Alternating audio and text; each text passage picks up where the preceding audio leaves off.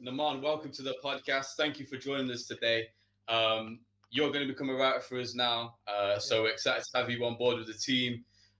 We're in with a live new thing we're doing. So our first live guest, thank you for coming onto the show. Yeah, of Um, course. we've got to start off with a little bit of news. We've got to take your opinion on it. I know you don't have too long, but let's quickly take your opinion. I don't know if you've been listening to it beforehand, but me and Sean have our own opinions on how this Titans team is going to turn out. I think they're going to be a lot more explosive. Sean Uh-huh. thinks, Nah, Yeah. bro, they ain't doing shit next season, bro. Like, come on, man.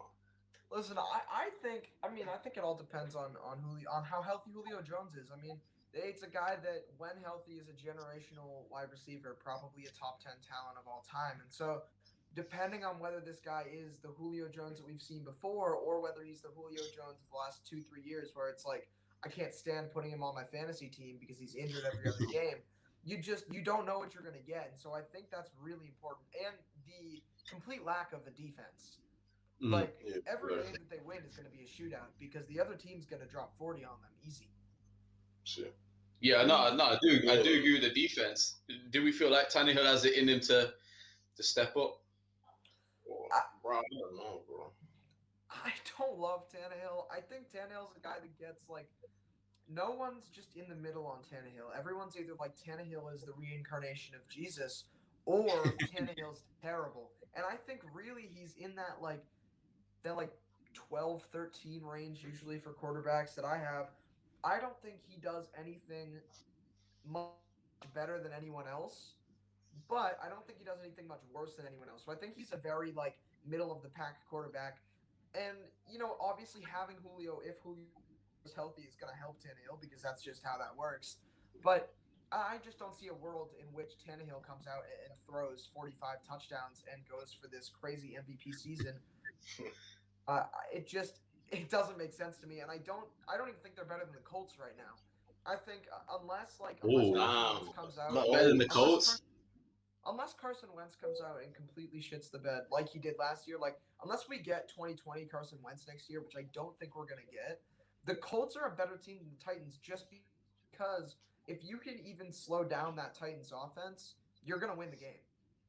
Mm. All bro, it's I gonna can't take even. is a drive or two because the Titans defense is so incredibly horrendous that unless they decide to sign someone like Richard Sherman or someone Oh, like that, a guy who's still out there. But I mean, even Richard Sherman isn't a lockdown corner like he used to. He's mostly a zone coverage guy. So listen, unless the Titans have a lot of guys on defense that just suddenly explode, I would not be overly confident in the team as a whole if I'm a Titans fan right now. I can't even name like two people on the Colts at this point, you know bro. what? I Bro, completely I forgot probably about name. Carson Wentz who go to the Colts. I'm thinking Yeah, quarterback. that's what I'm saying. I didn't even I think said, that a shit, yeah, Wentz. quarterback, As soon as bro. you mentioned Wentz, but you did bring up something earlier, and I want to take your opinion. So Tennessee Titans, I think everyone's a bit of a mix. Is it going to be a good offense? It depends. I think it does highly depend on defense. It's a team where I feel like I can rely on the offense, but do I rely on the defense? Probably not. But what I want to ask you, Sean, and is you won't know about this. So Lamont, don't say anything just yet. But what is your opinion on? I think he's a mediocre quarterback. But what is your opinion on Kirk Cousins?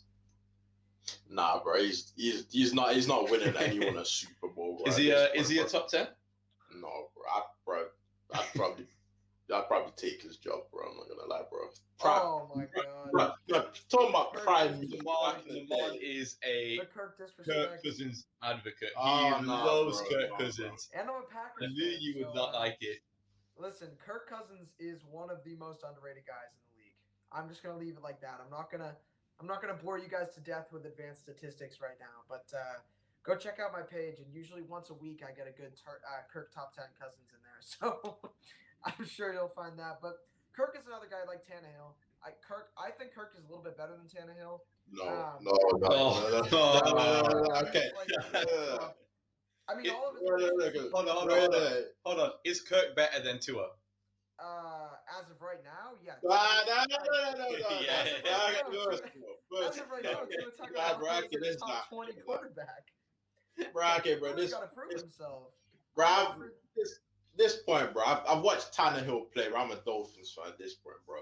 Bro, I already know Tannehill was, as you said, he's mediocre, middle of the. I already know he's better than Kirk Cousins, bro. Tua played 9 games, bro. I already know he's just better than not. Kirk Cousins. He's just not. You got to look at the numbers, man. You got to Kirk go and you got Cousins to look sucks, at. bro. That's the only way to I'm You say got staying it. out of you got to this. look at I'm the staying out of accuracy this. stats, the efficiency. You got to go in and look at all that stuff. Anyways, Tua. Here's a little tangent that I'd love to go off on. Tua Tagovailoa. Listen, people who are saying that he should be benched after 1 year is stupidity, and really he should be allowed to suck again this year and still start. Like that's how that should go. I'm hoping he doesn't, just because I do really like him. I think he has the tools to be an elite quarterback in this game. But like, let's say he comes out this year and just absolutely craps the bed. Like, it's really not out of the like it's not out of what people have done for quarterbacks before, especially young quarterbacks, to just kind of leave him out to hang and then go another year with him. Like, I'll put it this way: if Daniel Jones is still getting another chance this season, Tua Tagovailoa should at least have another 1 to 2 seasons. I kind of do agree with that because I'm a person like I'm not the type of guy that's just like trading. Like, I Yeah, want it's so ridiculous. yeah, bro. Like he didn't have a full off season. He was rehabbing. Like I understand Exactly. like now I expect good things this year, but I kind of disagree with what you say because the Giants and the Dolphins are different. The Dolphins, I believe, are entering the Super Bowl window.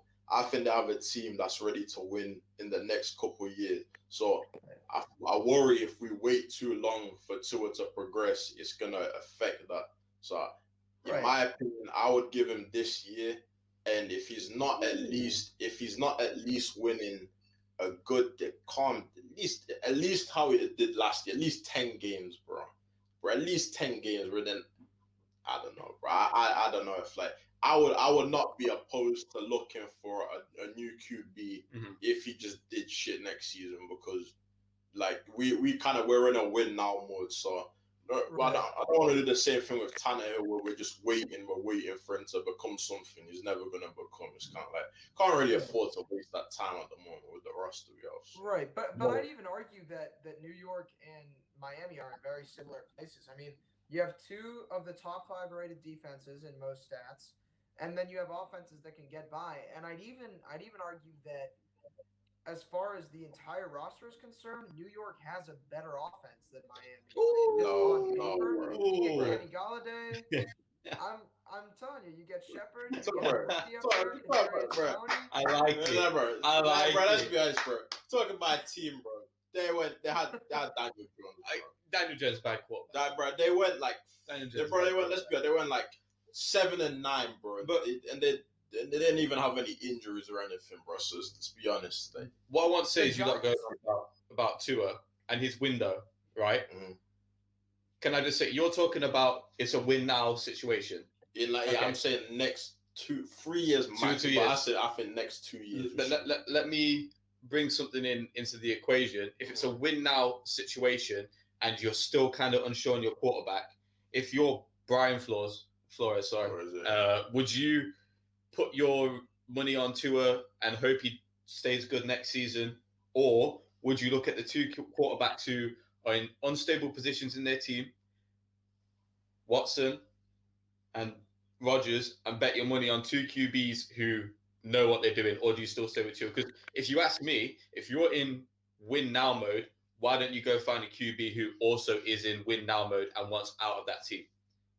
Because I believe that they must see something. They must think that he's gonna perform well this season. Mm. So I think I understand what you're saying, but I think it's kind of like it's kind of quick to just say like, oh, okay, you're not gonna be good.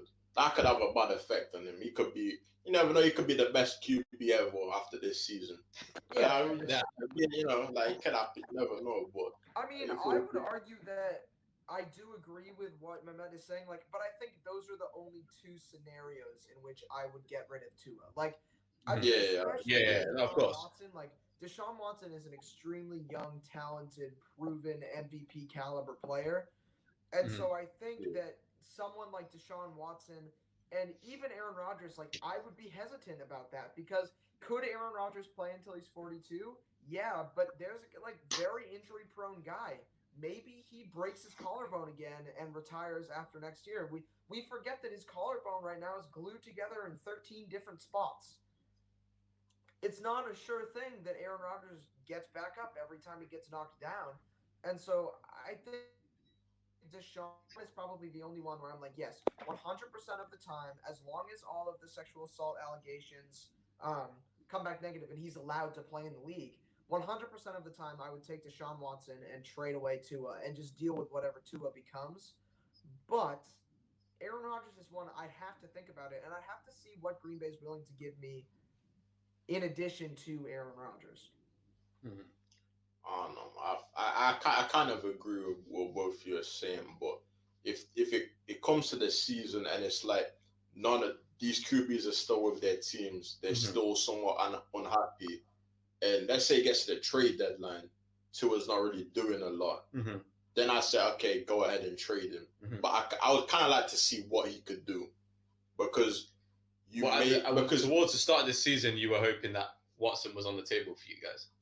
oh yeah, I mean If Watson's on the table and I'm Brian, I'm but what are we pulling the trading? trigger. What are we trading for him, bro? I mean, you guys If are the Tex- sending realistically Tua, and I mean, you already stole Will Fuller from the Texans, so you guys are probably sending Tua and a backup receiver and a second round pick at Mhm. this point, just because Really? the I think the Texans have been Texans are willing so to give you like take anything, like with Oh yeah. right, exactly, because the Texans Hopkins. were so lackluster with getting rid of this guy. Like at the beginning, it was like you could trade him to the Panthers for CMC and 4 first-round picks. Yeah. And then it's And just now now. that they Yeah. haven't done anything, all the trade leverage is gone. The Texans don't have any leverage.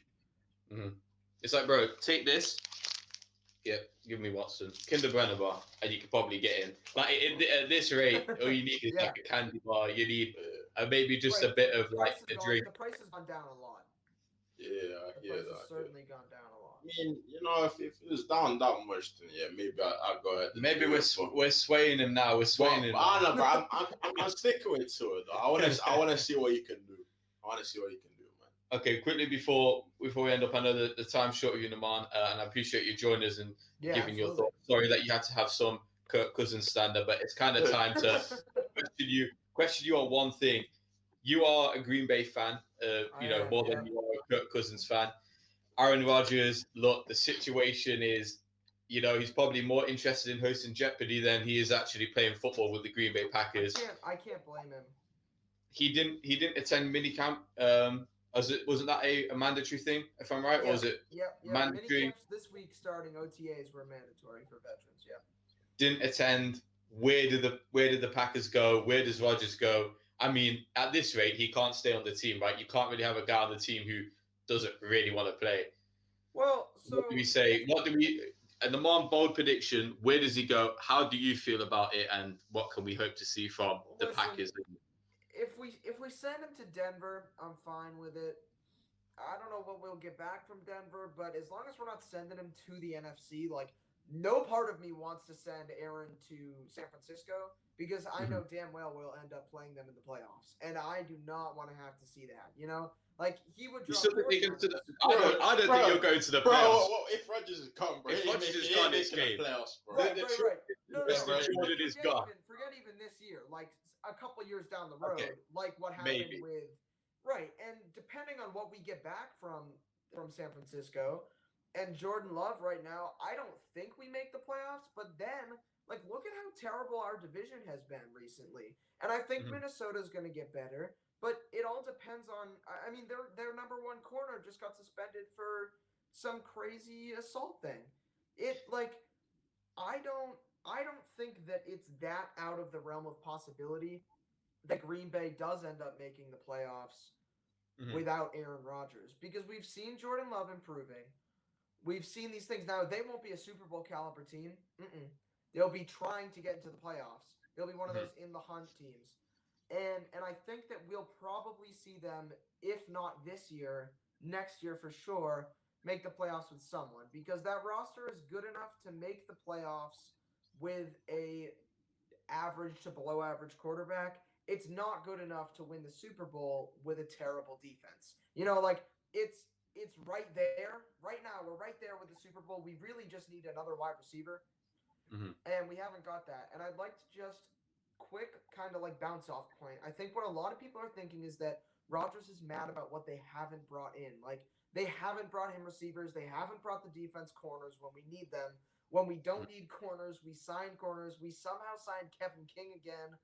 Like people keep thinking that it's what we don't bring in, but really, from most of Rodgers' ex teammates and interviews that I've watched and research I've done, it's actually what we've gotten rid of. Aaron Rodgers and Jordy Nelson are best friends in real life. That's a close, tight knit friend group. They did not call Aaron Rodgers and say, "Hey, we're going to have to let Jordy go," or "Hey, what do you think about doing this?" Instead, Jordy Nelson was willing to take a massive pay cut. They cut him off the roster. A year later, he retires. Jake Kumaro, Aaron Rodgers is praising this guy in a press conference, and I'm sure we've all seen this story. 3 days later, Jake Kumaro's off the team. John Kuhn, another guy, fullback, great friends with Aaron Rodgers. 3 weeks later, off the team. And I think that's really what's starting to piss him off is not even the lack of say that he gets with what they bring in, but what they just go ahead and get rid of. Like, make no mistake, Jordy Nelson wasn't quite in his prime, but if Aaron Rodgers was standing or sitting across a desk from me saying, "Yeah, I want to throw to Jordy Nelson because I trust that guy to catch the ball," You're going to and give Jordy's still the only Packers receiver of the last 10 years that I trust to catch the ball every time. Because Devontae dropped 2 touchdowns in the NFC Championship game. And so if I'm Aaron Rodgers and I'm like, yeah, I trust Jordy Nelson to catch the ball, or I trust Jake Kumaro to catch this ball, or I trust John Kuhn to block for me, why would you get rid of him? Like, is it really that much? Did you really need Geronimo Allison that bad that you couldn't let Jordy be the wide receiver 3? And so I think that's it. I don't think it's as much that Rodgers wants people to come in because he knows by now. Green Bay we home grow talent. That's what we do. We do not sign other players. We do not trade for players. We have never done that. And so I think he knows that. But I think really Julius Peppers, another one. Instead of asking Rodgers, "Hey, what do you like? Is Julius Peppers great in the locker room and stuff?" They just cut him off the team. Clay Matthews, like the list continues to go on and on and on of people that Rodgers has close personal relationships with that they just dump because it's convenient for them. And I think that's what's really starting to get to him. It's sort of like what I don't know if you could compare it exactly, but it's sort of like what Tom Brady was going through and what it seems like he left the team for. Obviously, he did it in a different fashion. It seemed like it was pretty much they're both willing to let go. The Packers situation is a bit different, but it seems like when you're a quarterback with that much experience, and if anything, that much you should have power to not say anything about. Saying to him, they're literally doing everything to make him want to leave at that point. Pushing away. And it's a weird situation. Right, it is. It's definitely a weird situation because he's now repeatedly said like I love these teammates, I love the fans, but at one point or another, something's got to give. And seeing the Packers front office is not going to give. They're not going to give him his contract. They're not going to bring him players that he wants to play with. It's too late to re-sign guys like Jordy and Clay Matthews. And so it is a really unfortunate situation. And I just always go back to the biggest one for me was Jordy Nelson. We ended up having the 28th ranked wide receiver core in the league after we cut Jordy Nelson. And I've always wondered, like, why? Geronimo Allison was a horrendous wide receiver 3. Horrendous. If Aaron Rodgers comes up to you and is like, "Yeah, I really think Jordy gives us the best shot to win games with him at wide receiver 2 or wide receiver 3, because Adams and Cobb were probably better than Nelson at that point. Like, I really trust this guy. In crunch time, we can throw him the fade. He's a big body. He can get out there and do it." Why do they care that much? It's just that's what kind of drives me crazy is the stubbornness. And like Jordy was willing to play on the veterans minimum contract to retire a Packer, and they're like, no, we need Geronimo Allison and Equanimous St. Brown. Like, no, the fuck you don't. Feels like it's hit Naaman hard. I mean, it's been a tough couple of weeks, months. The only thing really to go on is jeopardy, really, and that's probably your best shot of seeing Aaron Rodgers on TV, right. especially while he's a Packer.